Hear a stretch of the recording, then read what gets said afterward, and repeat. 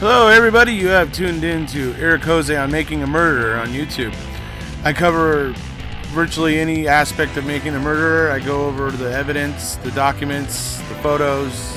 So if you like, stay tuned, and in the future I'll have many more videos besides the one you're about to see.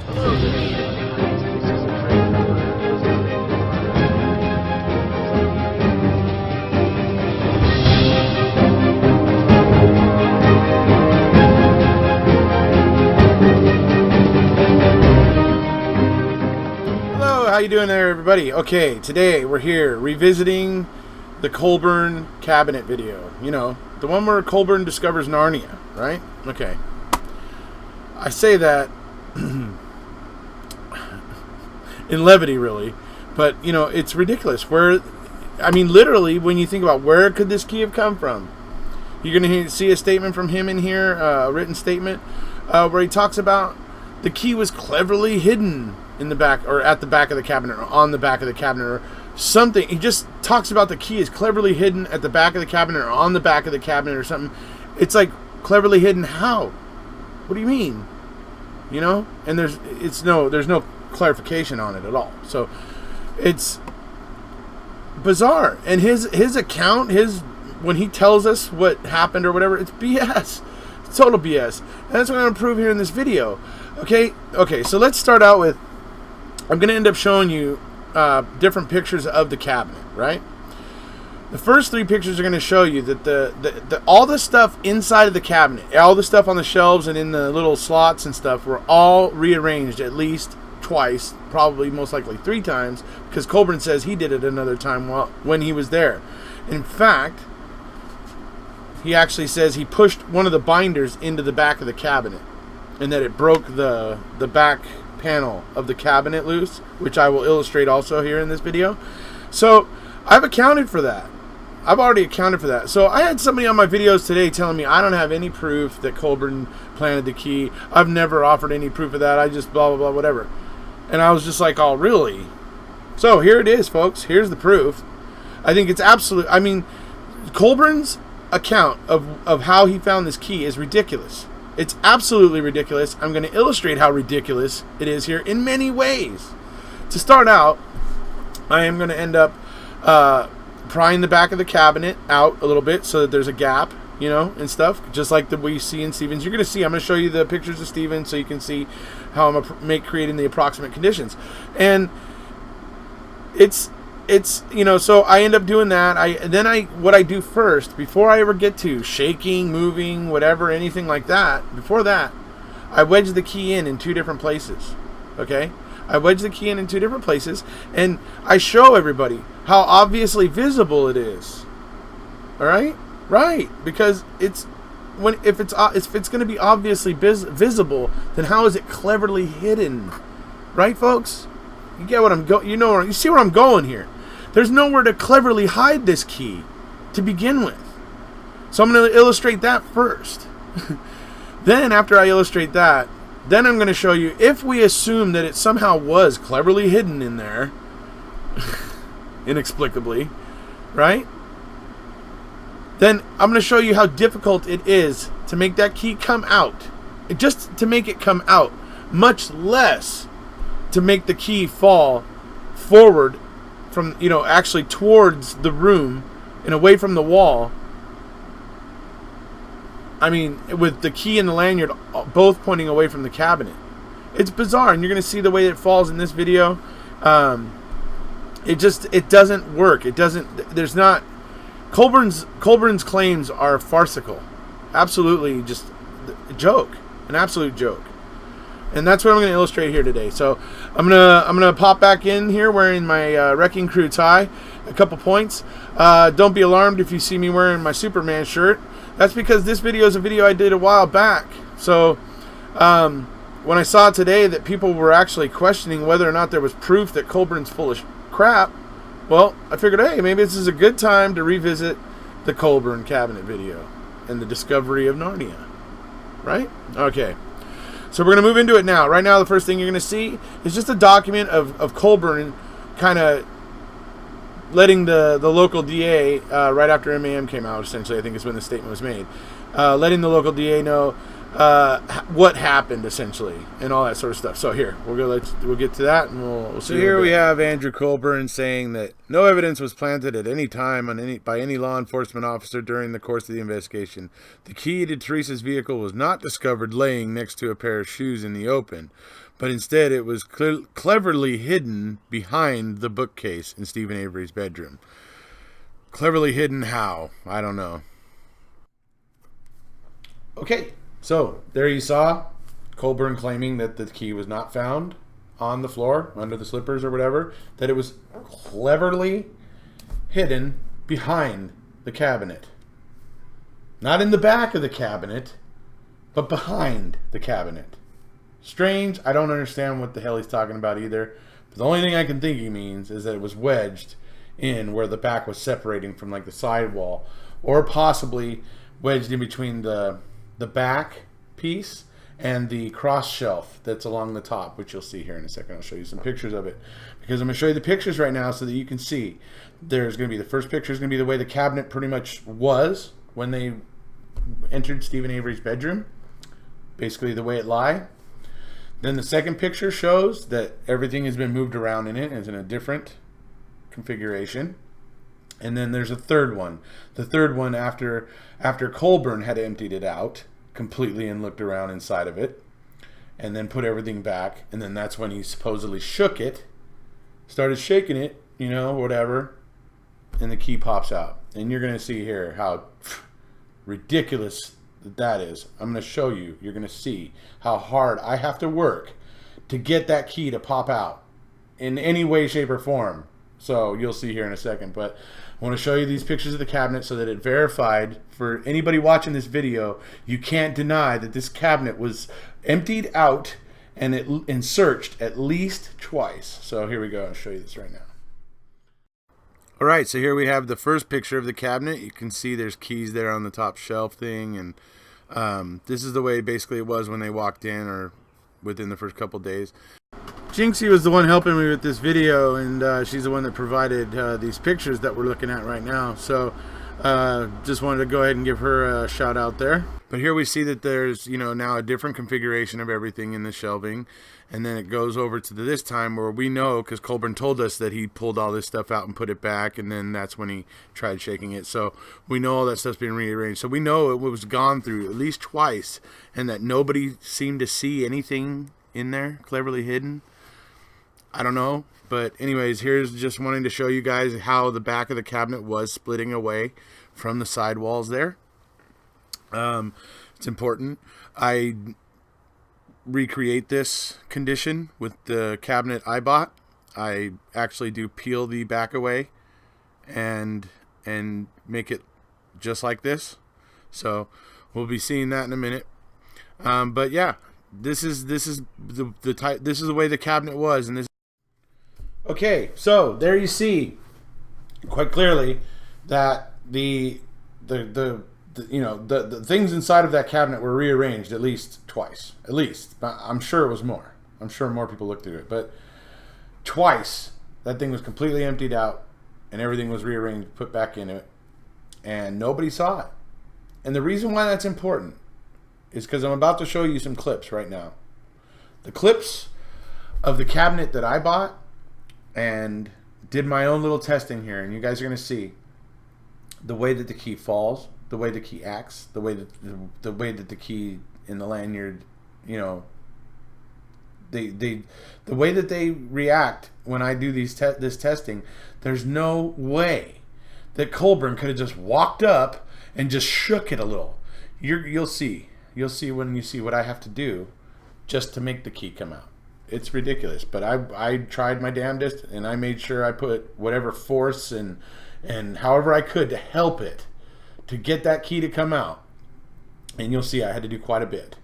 So you'll see right now we're going to show you those clips, keeping in mind that there's no way that this key could have hidden the way they said. I'm going to show you. I'm going to wedge it into a couple different places. You'll see it wedged into a couple different places, and no matter where it's wedged, you can always see part of it.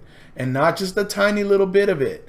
You can see enough of it that it would catch your eye and make you go, what's that? Or, you know, what's going on there? It's not like barely visible. So I'll show you guys that right now. You'll see the clips, and we'll come on back one more time. All right, so first we're going to start with the only two places where this key could have been moderately hidden. And that's basically here on the sidewall. And you just saw the picture from the outside where it would have been clearly visible. And if they were emptying out the inside, you would clearly see this piece on the inside, as you can see. So, cleverly or not, this key should have been visible.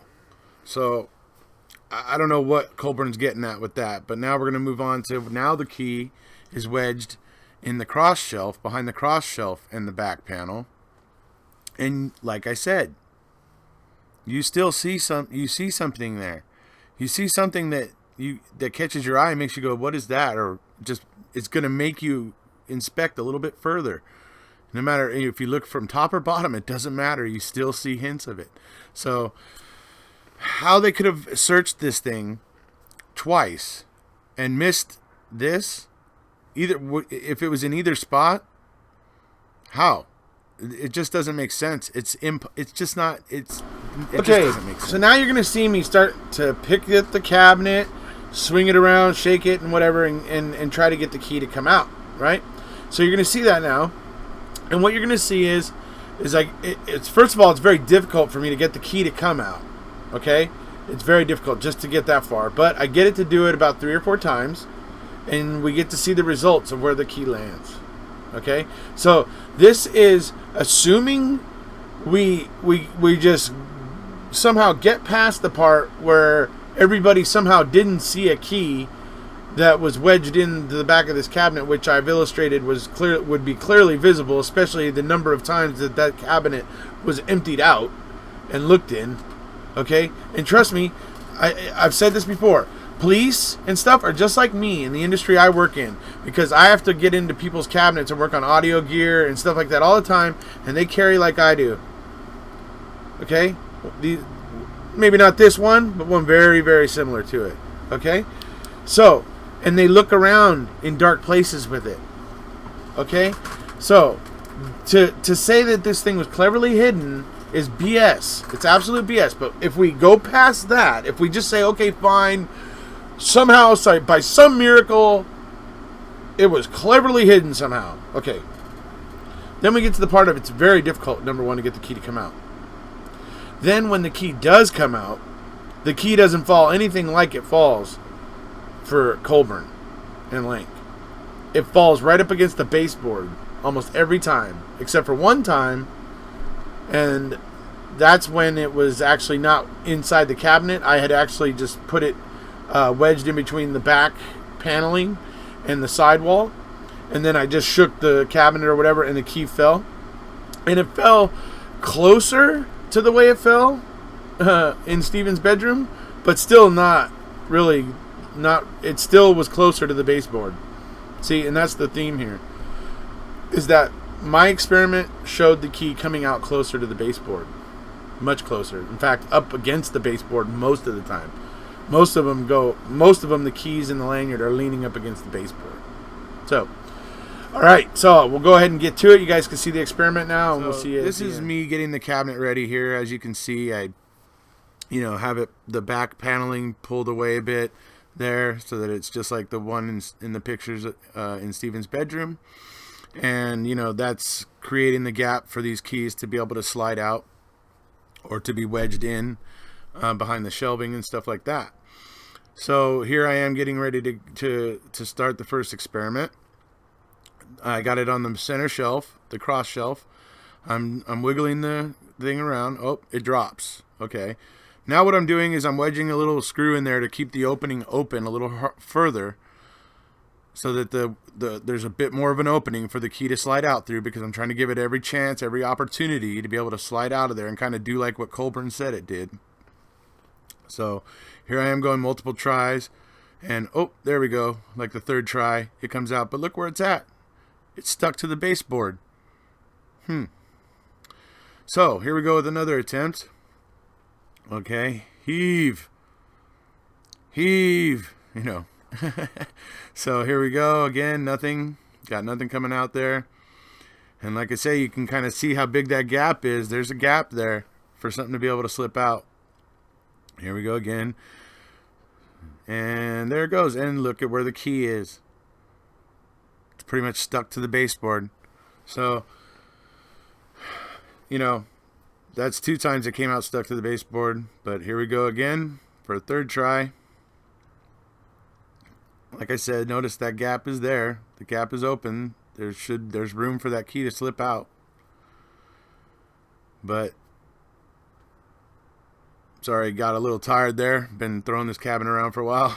But anyways, there we go. We're doing it again and again. And this time, all we got was basically the lanyard hanging out. So I'm going to zoom in on it here for you, so you can kind of see that the lanyard's just hanging out of the bottom of it there. And the key's still inside.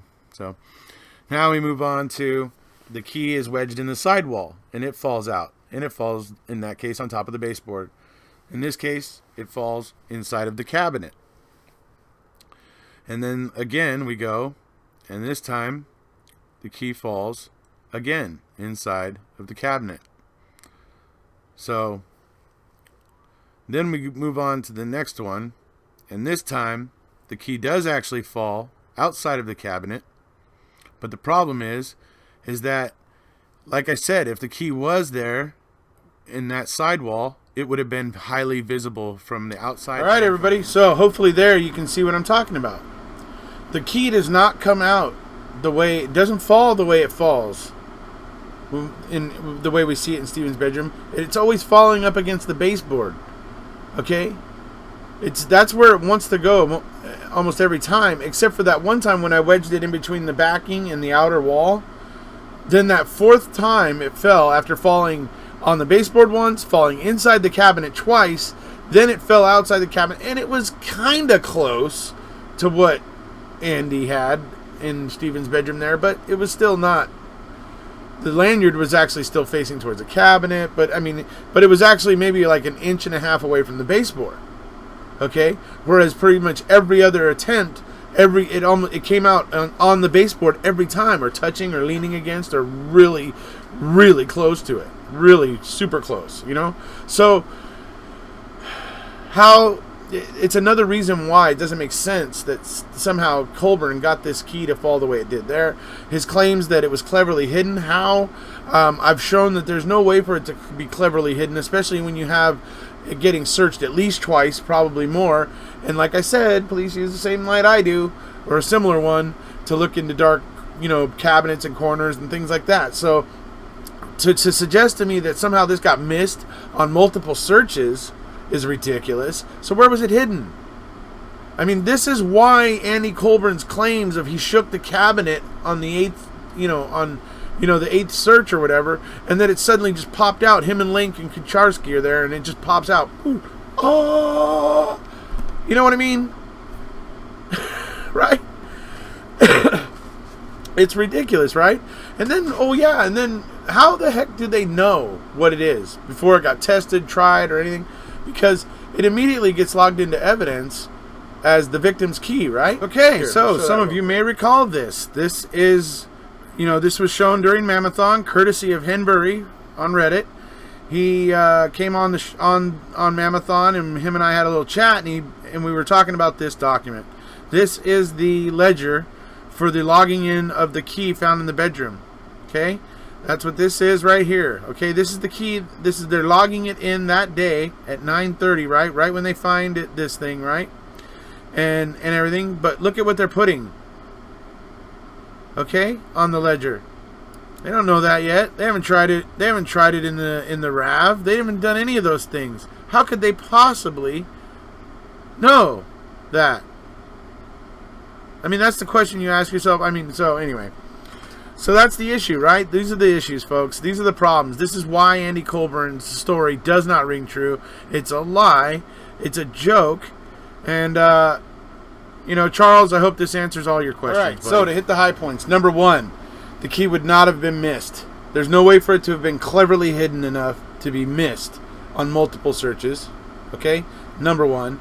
Number 2, Andy emptied out that cabinet himself, he says so, and that he was pushing the binder that was there into the back of the cabinet when he was putting it back, and that's what like pushed out the back wall of the cabinet or whatever he says, right? And that suddenly he starts shaking it, and the key pops out. Right, Narnia, got it. Okay, this is ridiculous. Okay, the fact that this thing could have been missed on multiple searches by officers with a very similar light to the one I have, that it would have been missed is ridiculous. Absolutely farcically ridiculous. I mean, it's just... This is why I know Colburn isn't telling the truth. This is why I know Colburn's dirty. Because he tells this ridiculous story and he sticks to it. But he's sticking to a ridiculous story. It doesn't ring true. Real life, trial and error shows that key falling against the baseboard nearly every time. And like I said, that's only if you can get past the fact that there was no way it was cleverly hidden enough that they would have missed it on multiple searches. These are the problems with the finding of the key. Okay, I mean, to the extent that we have Kucharski in court suggesting that it would have been more probable or plausible for aliens to have planted it. Yeah. Instead of two guys who were involved in a lawsuit, instead of them maybe doing it, which would have been somewhat plausible, right? No, aliens. It was aliens, right? No. My God. Anyway, so hope everybody enjoyed that today. Just wanted to rehash the whole Colburn cabinet thing again, just for those who seem to have forgotten how ridiculous it is. Not saying any of the Wrecking Crew or any of the supporters have forgotten, but did have somebody on my channel commenting today who had forgotten and everything. So I just wanted to put out this little reminder. Hope you guys all enjoyed it. If you haven't already, please hit subscribe, and we'll see you.